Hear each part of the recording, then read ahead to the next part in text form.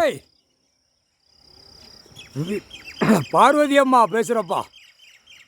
கோர்ட்டில் அனைத்து டெல்லி டு தமிழ்நாடு வரைக்கும் கோர்ட்டில் கொடியை தூக்கி மேடையில் உட்காந்தானா உள்ளே கொண்டு போயிடுவார். புரிஞ்சிக்கோ. உள்ளே கொண்டு போகிற செகண்டில் முப்படை வானரப்படை இராணுவ மிலிட்ரி எல்லாம் சதுரடி திருவிழங்காப்பாறை வரைக்கும் அடைச்சிருவான். அடைச்சி உள்ளே தூக்கி போட்டுருவான். புரியா?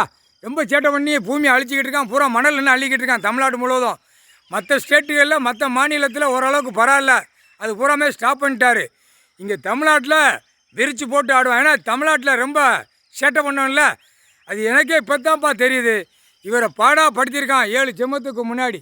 ஜாதி ஜாதியாக இருந்து ஜாதியாக பாடுறா தூக்கி விட்டான். பாடுறா லிங்கமாக போய் அதெல்லாம் லிங்கமெல்லாம் அவரெல்லாம் வெளியே தெரித்து அதெல்லாம் ஓடியான்ட்டார், நிற்கலை. புரியுதா?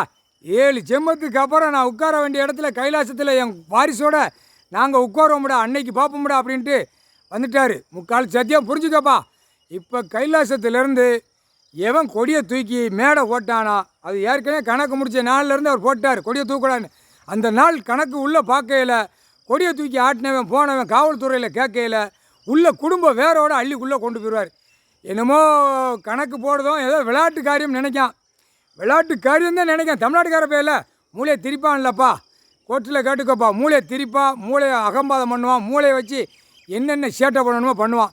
மணல் அள்ளின தமிழ்நாடு முழுவதும் ஒத்த அதிகாரி இருக்க மாட்டான், ஒத்த அரசியல்வாதி இருக்க மாட்டான், ஒத்த முதலமைச்சர் கூட இருக்க மாட்டான். புரிஞ்சுக்கப்பா. பூரா விவசாயத்தில் பூரா பாழாக்கிட்டான். ஒரே பாயிண்ட்டு, நீதிமன்றம் கோர்ட் வரையில் மண்ணை செக் பண்ணுமாரு. பூரா கெமிக்கல் இருக்குமா, பூரா இடத்துலையும் கெமிக்கல் இருக்குமா. அத்தனை அரசியல்வாதி ஒட்டு மொத்தமாக தூக்கி உள்ளே கொண்டு போயிடுவார். மில்லு தொழிற்சாலை பார்க்குறோம், அத்தனையும் உள்ளே போயிடுவான். புரிஞ்சிக்கோ. கோவத்தில் போடுதாரு. அமைதியாக போச்சலப்பா. திங்கியதுக்கு உணவு எல்லாம் வச்சுருக்கான். அமைதியாக போக சொல்லி எல்லாமே நுப்பாட்ட சொல்லு. எந்த 2ஆம் நம்பர் தொழில் பார்க்கக்கூடாது, எந்த பிஸ்னஸ் எந்த இதுவுமே பார்க்கக்கூடாது. அமைதியாக போக சொல்லு. பேப்பரை வச்சு விளையாடுதான், பேப்பரை விட்டு விளையாடுதான். இப்போ சக்கரத்தை இவர் சக்கரம் முன்னாடி சுற்றுது கிருன்னு. இப்போ எல்லாவனும் அரசியல்வாதியிலேருந்து பலாயிரம் கோடி வச்சுருக்க சக்கரம் வண்டி 4 வீலர் 2 வீலர் விமானம் எல்லாம் சுற்றுதா, அது பேக்கில் சுற்ற விட்டார். நடிகர்லாம் விமானத்தெல்லாம் சோழி முடிச்சிருவார். அத்தனை நடிகர் தூக்கி உள்ளே கொண்டு போயிடுவார். டெல்லி டு தமிழ்நாடு டு டெல்லி, கேரளாலாம் உள்ளே அள்ளிடுவார். ஒரு நடிகர் இருக்க மாட்டான். அந்த நேரம் சூட்டிப்பா கணக்கு போடையில் 30 வானரப்பட இராணுவம் பூரா அள்ளிடுவான். புரியுதா? நான் அதை விளையாண்டுக்கிட்டே இருப்பார். விளையாண்டுக்கிட்டே இருப்பார். உங்களுக்கு பார்க்க விளையாட்டு மாதிரி இருக்கும். ஏன்னா காகித பேப்பர் கையில் கோடிக்கணக்காக வச்சுருக்காங்க. சாப்பிடுதிய போறிய, படிக்கிய, தூங்குதிய, ரிலாக்ஸாக போறிய. அந்த நேரம் முற்றுப்புள்ளி வைக்கல அவன் வீட்டுக்குள்ளே நடுங்கி கிடப்பான். ஆணும் பெண்ணும். முக்கால் சத்தியம். கொடி ஏற்றக்கூடாது, கொடி நட்டக்கூடாது, கொடி மேடை போடக்கூடாது. கொடி மேலே பறக்கலை. அறிவு இல்லையா?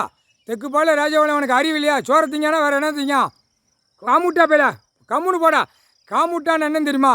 அந்த நாய்க்கு இருக்கிற அறிவு கூட அவனுக்கு கிடையாது. புரியுதா?